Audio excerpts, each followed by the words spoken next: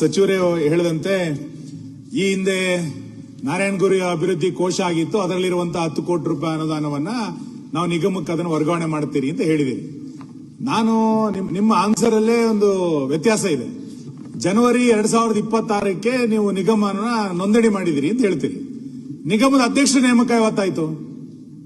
ನಿಗಮದ ಅಧ್ಯಕ್ಷ ನೇಮಕ ಆಗಿ 8 ತಿಂಗಳ ಮೇಲೆ ಆಯ್ತು. ನೀವು ರಿಜಿಸ್ಟರ್ ಮಾಡಿದ್ರೆ ನಿಗಮದ ಅಧ್ಯಕ್ಷನ ಹೆಂಗ್ ಮಾಡಿದ್ರಿ? ಈ ಒಂದು ನಿಮಗೆ ನಿಗಮದ ಬಗ್ಗೆ ಆಸಕ್ತಿ ಇದ್ದಿದ್ರೆ ನೀವು ಅವತ್ತೇ ಅದನ್ನ ರಿಜಿಸ್ಟರ್ ಮಾಡಿ ಅದಕ್ಕೆ ಹಣಕಾಸಿನ ನೆರವನ್ನ ಕೊಡ್ತಾ ಇದ್ರಿ. ಇಲ್ಲಿ ವಿಚಿತ್ರ, ನಿಗಮ ನೋಂದಣಿ ಆಗದಲ್ಲೇ 8 ತಿಂಗಳ ಮುಂಚೆ ನಿಗಮದ ಅಧ್ಯಕ್ಷ ನೇಮಕ ಮಾಡಿಬಿಟ್ರಿ. ಯಾವ ಪುರುಷಾರ್ಥಕ್ಕೆ ನಿಗಮದ ಅಧ್ಯಕ್ಷ ನೇಮಕ ಮಾಡಿದ್ರಿ? ದೇವರಾಜ ಅರಸು ನಿಗಮಕ್ಕೆ ಈ ವರ್ಷದ ಅನುದಾನದಲ್ಲಿ ಎಷ್ಟು ಅನುದಾನ ಇಟ್ಟಿದಿರಿ? ಆ ಅನುದಾನದಲ್ಲಿ ಕಡಿತಗೊಳಿಸಿ ನಾರಾಯಣಗುರು ಅಭಿವೃದ್ಧಿ ನಿಗಮಕ್ಕೆ ಇಡ್ತೀರೋ ಅಥವಾ ಸರ್ಕಾರದ ಚಿಂತನೆ ನಾರಾಯಣಗುರು ಅಭಿವೃದ್ಧಿ ನಿಗಮಕ್ಕೆ 25-26ನೇ ಸಾಲಿನಲ್ಲಿ ಕೋಶದ 10 ಕೋಟಿ ರೂಪಾಯಿಯನ್ನು ಸೇರಿಸಿಕೊಂಡಂತೆ ಎಷ್ಟು ಅನುದಾನವನ್ನು ಇಡ್ತೀರಿ ಅನ್ನೋದು ಕ್ಲಾರಿಟಿ ಮಾಡಿ. ಎರಡನೇದು, ಈ ನಿಗಮದಲ್ಲಿರುವಂತಹ ನಿಯಮಾವಳಿಗಳೇನು, ಯಾವ್ಯಾವುದಕ್ಕೆ ಇದನ್ನು ಬಳಸಬಹುದು, ಇದನ್ನೊಂದು ಸ್ವಲ್ಪ ಸ್ಪಷ್ಟನೆ ಕೊಟ್ರೆ ಉಳಿದ ಚಟುವಟಿಕೆಗಳನ್ನು ಮಾಡ್ಲಿಕ್ಕೆ ಸುಲಭ ಆಗುತ್ತೆ. ಇದು ನಾರಾಯಣಗುರು ಅಭಿವೃದ್ಧಿ ನಿಗಮ ಮತ್ತು ಆ ನಿಗಮದ ವ್ಯಾಪ್ತಿ ಇಡೀ ರಾಜ್ಯದಿದೆ ಮತ್ತು ಆ ಸಮುದಾಯ ವಾಸ ಮಾಡ್ತಾ ಇರುವಂತ 12 ಜಿಲ್ಲೆಗಳಲ್ಲಿ ಬಹುಸಂಖ್ಯಾತರು ನಾವಿರೋದು. ಮಿನಿಮಮ್ ಇದಕ್ಕೊಂದು 50ರಿಂದ 100 ಕೋಟಿ ಇಡಬೇಕು ಅಂತೇಳಿ ಆ ಭಾಗದ ಜನರ ಬೇಡಿಕೆ ಇದೆ.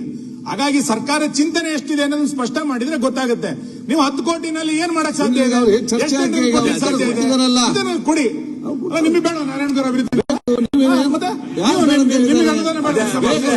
ನೀವು ಹಂಗಾಗಿ ಇದನ್ನ ಈ ನಿಗಮ ಪ್ರಾರಂಭ ಆಗಲಿಕ್ಕಿಂತ ಮುಂಚೆ ಅಧ್ಯಕ್ಷ ನೇಮಕ ಮಾಡಿ ಈಗ 10 ಕೋಟಿ ಕೊಟ್ಟು ನಾನು ಎಲ್ಲದನ್ನ ಹಂಚ್ತೀನಿ ಅಂದ್ರೆ ಏನದನ್ನೇನು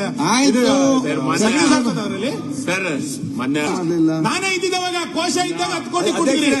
ನೀವು ನಿಗಮ ನೋಂದಣಿ ಮಾಡ್ಲಿಕ್ಕೆ 3 ವರ್ಷ ತಗೊಂಡು ಇನ್ನು ಅದಕ್ಕೆ ದುಡ್ಡು ಎಷ್ಟು ಕೊಡ್ತೀವಿ ಅನ್ನೋದ ಮಂತ್ರಿಗಳಿಗೆ ಕ್ಲಾರಿಟಿ ಇಲ್ಲ ಅಂತ. ನಾರಾಯಣ ಗುರುಗಳು ಗಾಂಧೀಜಿ ಬಂದಿದ್ದ ಕಾರ್ಯಕ್ರಮವನ್ನ ನಿಮ್ ನೇತೃತ್ವದಲ್ಲಿ ಬಹಳ ಚೆನ್ನಾಗಿ ಮಾಡಿದ್ರಿ. ಆ ಕಾರ್ಯಕ್ರಮಕ್ಕೆ ಮಾಡಿದ ಖರ್ಚಿಗೂ ನಿಗಮಕ್ಕೆ ಇರೋದಕ್ಕೂ ಬಹಳ ವ್ಯತ್ಯಾಸ ಇದೆ. ನೀವು ಅವತ್ತು ತೋರಿಸಿದಂತ ಆಸಕ್ತಿ ಆ ಸಭೆಯಲ್ಲಿ ಈಗಲೂ ಸ್ವಲ್ಪ ತೋರಿಸಿ ಹೇಳಿ ಅಲ್ಲ. ಇವರು ಹೇಳ್ತಾ ಇರೋದೇನು, ನಮ್ಮ ಸರ್ಕಾರದಲ್ಲಿ ನಿಗಮಗಳಿಗೆ, ಹಿಂದುಳಿದ ನಿಗಮಗಳಿಗೆ ಜಾಸ್ತಿ ಅನುದಾನ ಕೊಟ್ಟಿದ್ರಿ ಅಂತ ತಪ್ಪು ಆನ್ಸರ್ ಕೊಡ್ತಾ ಇದ್ದಾರೆ. ಯಾಕೆಂದ್ರೆ ನಾನು ಹೇಳ್ತೀನಲ್ಲ, ನೀವು ಹಿಂದಿನ ನಮ್ಮ ಸರ್ಕಾರದ ಕಾಲದಲ್ಲಿ ಎಷ್ಟು ಬ್ಯಾಕ್ವರ್ಡ್ OBC ನಿಗಮಗಳಿಗೆ ಎಷ್ಟು ಕೊಟ್ಟಿತ್ತು, ಈಗ ಎಷ್ಟು ಕೊಟ್ಟಿದ್ರು ಅಂತ ಟೇಬಲ್ ಮಾಡಿ.